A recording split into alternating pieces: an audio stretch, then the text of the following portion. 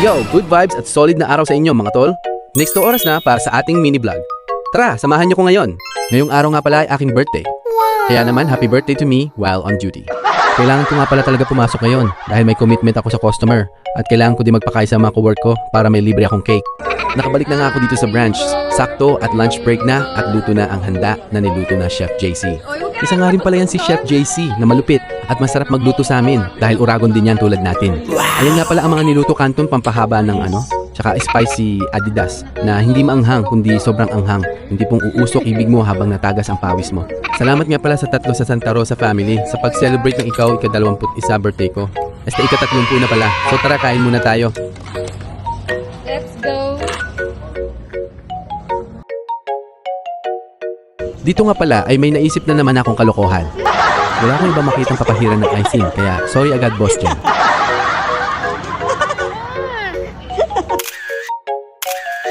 Pagka-uwi ko nga ay rumekta na ako sa palengke para mamili ng lulutuin na handa sa bahay dahil may bisita ako. 2 piraso na manok, 2 piraso na boneless bangus at 1 kalahiting kilo ng baboy, langbali pang menudo at pininyahan at pritong bangus na pangpulutan. Nakabili na nga pala ako dyan ng ibang sahod, mga gulay at iba pa. Kaya naman napakabigat na ng dala ko at pauwi na ko niyan para mailuto na agad. At heto na nga pagkalapag ko. Full force na sila tatay nanay at pinsan Aileen para mag-asikaso sa pagluluto. Tapos si Doro naman sa papalobo ng letter balloon. Pinaputok pa yung letter X. Ganto nga pala lagi yung gusto ko kada birthday ko. Para feel na feel ko pagtanda ko. Mabilis nga lang pala naluto ang pininyahang manok at naihain ko na agad sa bisita ko. Sumunod naman itong menudo. Yan na din ang fries at pritong bangus na pulutan. Napakasarap nga niyan, solid. Parang pang ihaw style kasi may panlaman sa loob ng bangus. Tapos eto na nga ang mga VIP guest ko. Ang aking mga sir sa trabaho. Maraming salamat sa pagpunta. Pwede na kayo umuwi. Yan nga pala ang mga hilig niyan habang nagiinuman ang kumanta dahil hindi naman kami marunong mambabae. Tapos ayan, kumanta na ang bida. Siyempre, dapat magsuot ng pula dahil ako yung may birthday. Tuloy sabihin ang nasa isip mo. Pangit talaga ang boses niyan. Pagbigyan mo na at kaarawan naman.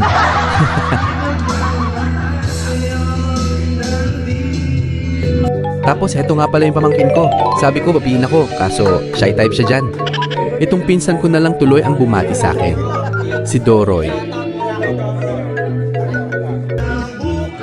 Bumanat nga ng malupit na kanta ang boss RC namin.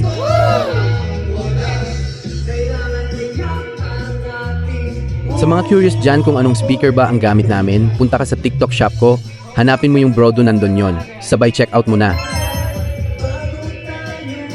Ang lupit nga ng banner ko.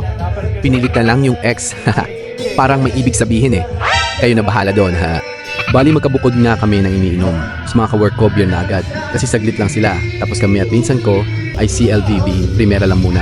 Ubusin lang ang dalawang 1.5, tapos beer na banlaw. At heto na, kinanta na namin ni Sir Ryan ang favorite namin na pangdayo na kanta. Yung tipong di ka na babalik pagkatapos.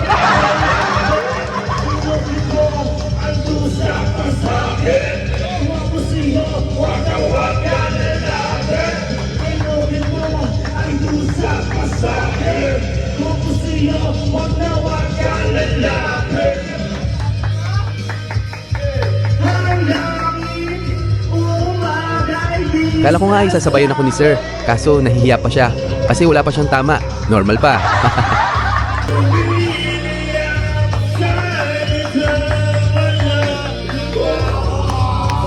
Kaya nga hanggat maaga, kinanta na namin to. Kasi nakakahiya na pag lumalim pa ang gani, masyadong maingay tong kanta na to.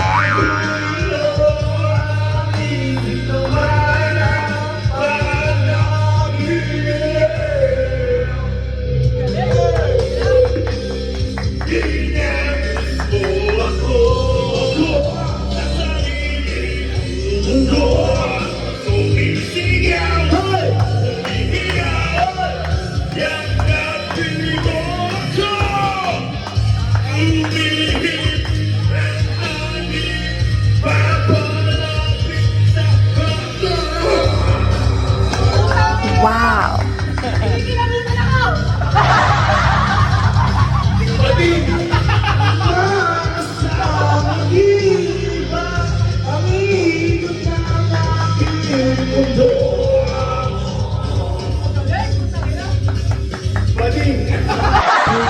rin papatalo ang boss RC na yan. Malupit din to. Tawag nga ni tatay sa kanya, Jovet Baltiboto.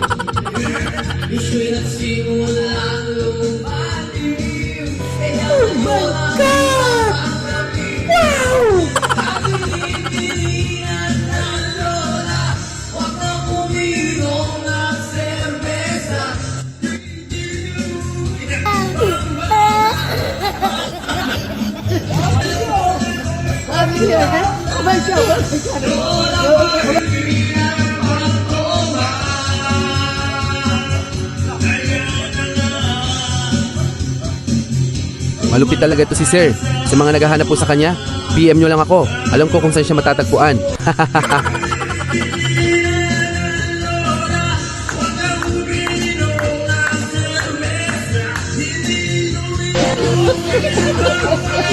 Makalipas nga ang ilang oras ay nagpaalam na sila para umuwi dahil may mga pasok pa sila bukas.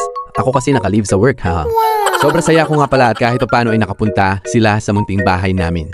At natuwa din ako dahil marunong sila makisama kahit ang kaharap ay mga pinsan at tiyo ko at tatay ko. Ayoko pa nga sana sila pauwiin dyan, kaso kailangan na talaga dahil medyo malayo pa sila at maaga pa sila bukas. Hindi rin kasi natuloy yung plano ko na dapat ay sa resort ko gaganapin ang B-day ko. Kaso syempre kulang ang budget kaya salamat sa inyo at napunta pa di kayo. Medyo naiiyak na nga ako habang ina-edit ko to, haha bading. Pagkahatid ko nga sa kanila ay balik inuman na ulit at may pa-birthday sa akin mga pinsan ko. Isang case dahil nakadilihensya sila sa pulang anak. Pumuso naman ang mga mata ko dyan nung nakita ko yan. Wala na kasi ako pang labas pa. Shoutout nga pala kay paring Jovet at sa mga pinsan na sina Ryan, Ricky at Ronnie. Pati na rin kay Tio Marian. At ito nga pala ang pambato ko pagdating sa kantahan. Ang pamangkin ko na si Ate Faye, anak ng ate ko. Tapos na ang laban. Ate Faye na kumanta.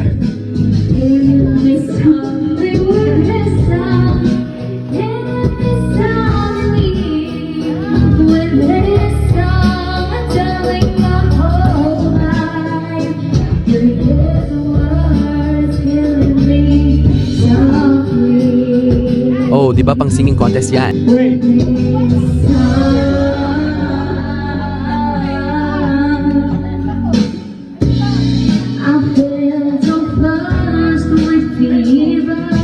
At sila nga pala ang mga bisita ng ate ko. Kahit sa ika-19 ng Agosto pa birthday niya. Haha, eme lang. At heto na nga ikahuling video clip. Naguwian ng mga pinsan kong mga lalaki. At sa dito na sa labas ng inong mga bisita ni ate. Tapos ako knockout na. Tulog na ako sa upuan dahil lowbat na ko. Pagod na maghapon at tumaman na yung CLVB, Red Horse at Gincanao. Kaya naman ginigising ako ni Pinsan Ichan at ni ate para palipatin na sa higaan. Kaso, bagsak talaga. Kaya naman binuhat na ko ni Pinsan Ichan na para bang lupaypay na papel. Ayan oh, aray ko po. Nabuhat niya ako kahit sobrang bigat ko. Salamat pinsan, kasi minsan asot pusa tayo. Kaya pala kinabukasan, nagtataka ako pag gising ko ay sa sofa na ko nakahiga. Pero sobrang saya ko niyan dahil neraos ko ang aking kaarawan at nadagdagan na naman ni Lord ang aking edad. So paano? Yon lang guys, na-share ko lang naman ang mga kaganapan sa aking birthday dahil isa ito sa mga 4 keeps and memories na naisasave ko sa aking FB. Salamat sa panonood. Huwag kalimutang mag-iwan ng good vibes. Next nga pala, kita-kits sa susunod na video.